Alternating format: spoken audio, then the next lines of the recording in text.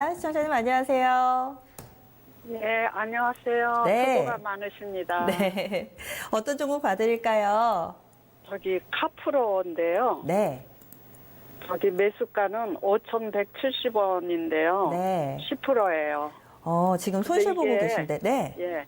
예전에 한번 이걸 거래를 했는데 그때는 뭐 7,000원, 8,000원 많이 올라갔댔어요. 네. 옛날에 작년인지 재작년인데 이거 좀 많이 빠졌길래 샀는데 더 빠져서. 계속 빠졌어요. 근데 요즘 조금 네. 상승하긴 하는데요. 네. 목표가 또 앞으로 전망이 뭐 전기차, 수소차 나오면은 또 네. 차를 많이 만들면은 네. 차를 다 교체들을 해야 되잖아요. 그러니까 이게 전망이 좋을 것 같아서 샀는데요. 네. 이게 요즘 조금 상승하네요. 어떻게 해야 될지 몰랐어요. 기간은 얼마나 보세요? 빠를수록 좋죠. 알겠습니다. 끊지 마세요. 예. 네. 평소에 좀 관심 있게 보셨나 봐요. 그래서 앞서서 한 차례 수익을 내셨고 이번에는 샀는데 좀 꾸준히 밀린다 얘기를 해주셨습니다. 김정수 전문가님, 이 종목 어떻게 좀 판단하시나요? 별로죠. 왜요?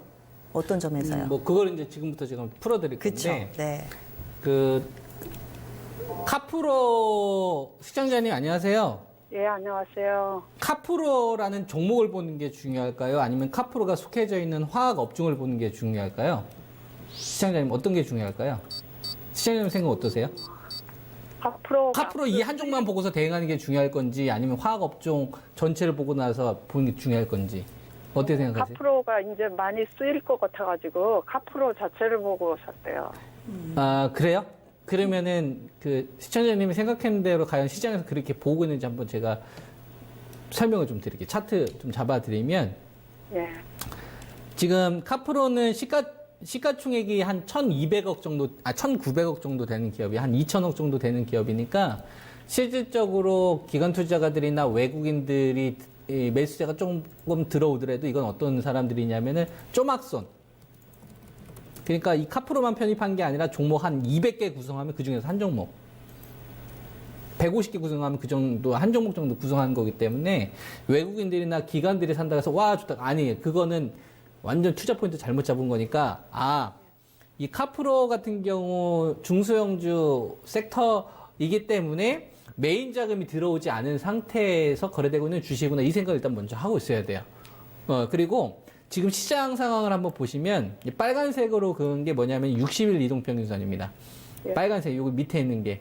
그러니까, 우리가 코스피에 상장되어 있는 기업이 900개 정도가 돼요. 900개 정도의 기업의 평균치. 여기서 빨간색은 60일선이니까 60일선은 한 달에 거래일수가 20거래일이니까 3개월 동안의 평균치입니다. 그러니까 3개월이라는 거는 기업들이 1개월마다 3개월마다 실적을 발표하잖아요. 분기 실적을 총 4번 발표하지 않습니까? 그래서 이 빨간색을 우리가 뭐라고 이야기하냐면은 실적선이라고 이야기해요. 그래서 지금 지수의 평균치가 뭐냐면 60일선 위에 있죠. 그리고 240일선 살짝 아래에 있죠. 그럼 우리가 화학주를 한번 볼게요. 화학주를 보면은, 자, 대표적으로, 카프로 같은 경우에는 얘는 60일선 아래에 있네요. 시장 같은 경우에는 60일선 훨씬 더 위에 있고, 241선 근처에 있는데, 자, 그 다음에, 롯데케미칼 볼게요. 롯데케미칼. 다른 대형주도 한번 보는 거야. 롯데케미칼 같은 경우를 보면은, 시장은 60일선 훨씬 더 위에 있고, 240일 요 근처에 있는데, 이 주식은 지금 60일선 살짝 이탈되는 상태에서 음봉 마무리되고 있죠. 그죠? 그 다음에 대한유화 보겠습니다. 대한유화 보게 되면 이 주식도 60일선 아래에 있어요.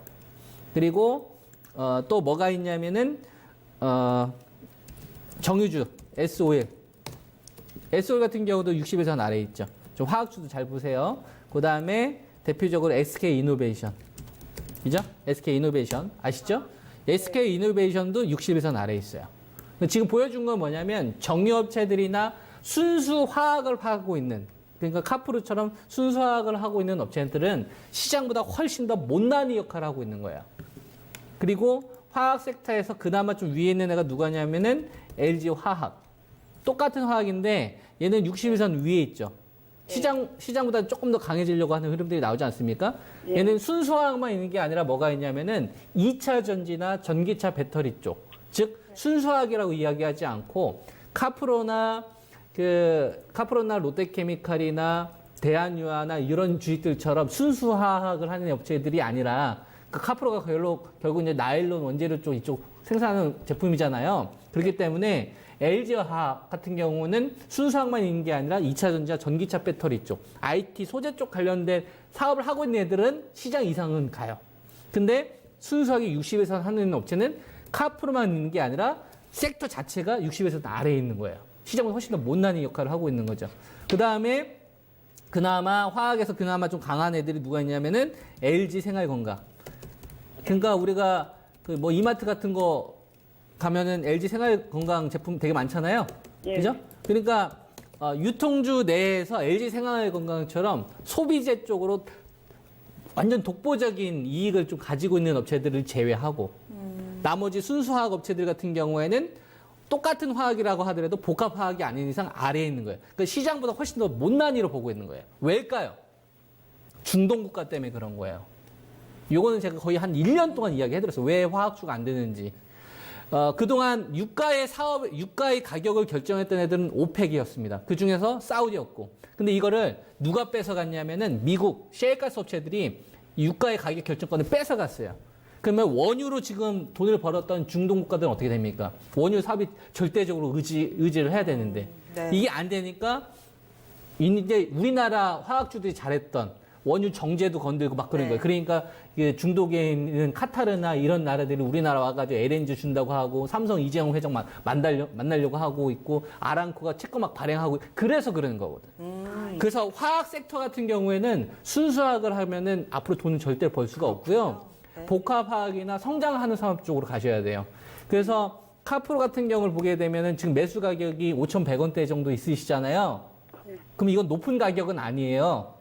높은 가격은 아니니까 기술 반등이나 충분히 수익 내고 나올 수 있는 자리는 한번 줄 겁니다. 근데 대신 명심하셔야 될 게 중장기 투자하게 되면 이 주식을 가지고 돈 못 버는구나. 복합화학을 해야 되는구나. 이 생각을 하시고 5,000, 한 5, 600원 정도 나오면 큰 욕심 내지 마시고 챙긴 다음에 아, 나는 순수화학은 앞으로 거래하지 말아야지. 이 마인드를 앞으로 삶을 살아가세요.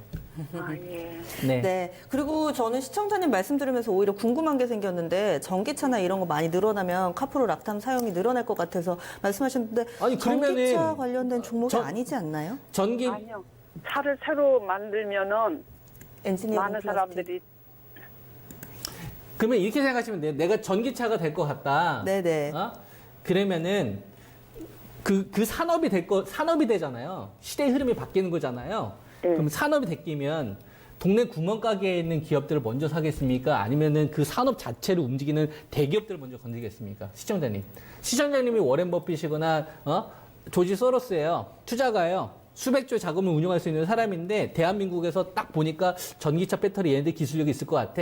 그러면 동네 구멍가게 그 얼마 되지도 않은 기업 사겠어요? 아니면 거기에 대표 기업 사겠어요? 시청자 어떤 거 먼저 사시겠어요? 대표 기업 먼저 많이 사시겠죠? 교체하면은 그죠? 차를 많이 교체하면은 네. 그렇죠. 예. 그러니까 만들어내면은 그런 거를 예. 대표주로 가는 거예요. 예. 우리 개인 시각으로 보면 안 돼요. 1조 이상을 굴리고 있는 사람들이 2천억짜리 이격 가지고 움직일 것 같습니까? 절대 그렇지 않아요. 그 사람들이 입장에서 생각을 해야죠. 그래서 대표주급을 봐야 되는 겁니다. 시장이 경기 민감주에 대한 흐름을 만들거나 지수 연간주로 가게 되면은 쪼만한 애들 가는 게 아니고요. 대표주급 땡긴 다음에 이쪽에서 돈놀이 한 다음에 그 다음에 나머지 주식 가지고 장난치는 거예요. 그래서 카프로 같은 경우에는 제가 낙폭주 후발주라고 했는데 5천 한 5, 600원 정도 수익 나오면 매도 쳤다가 순수학은 앞으로 내 삶에서 잊어버려야지. 이쪽 끝났다고 생각하세요. 중동이 저렇게 나오면 힘들고요. 복합화학으로 가야 돼요. 시청자님 저희가 좀 꼼꼼하게 봐드렸습니다. 답이 되셨어요? 예, 아유, 자세히 네. 잘 가르쳐 주셔서 감사합니다. 그런데 네. 요즘에 조금씩 반등하는 건 왜일까요? 나는 이제 때가 왔나 보다 하고 기다리는데. 간략하게만 저희 볼게요. 2,200개 되는 종목이 있어요. 거래소와 코스닥 합쳐가지고 거래소가 한 900개 정도 되고요. 코스닥이 한 1,300개 정도 돼요. 네. 그 중에서 한 1,700개가 상승합니다. 요즘에. 네, 한 5, 600개 정도가 하락하고. 네. 그러니까 카프로만 상승하는 게 아니고요. 한 2,300개 가까운 종목 가운데 한 1,700개 이상의 종목이 이런 식으로 지금 다 반등 나와요. 시장자님뿐만 아니라. 그러니까 이거는 시장과 같이 반등 나오는 거예요. 요즘의 상승은 크게 의미를 두긴 좀 힘들다 이렇게 보시는 것 같아요. 참고하셔서 대응책 세워보세요. 예, 매수가만 나오면 팔아야겠어요. 아, 네. 아유, 감사합니다. 정말 자세히 가르쳐 주셔서. 네. 아유, 예. 다음에 또 연락 주세요. 이렇게 첫 번째 종목 전화 상담으로 저희 카프로 봐드렸습니다.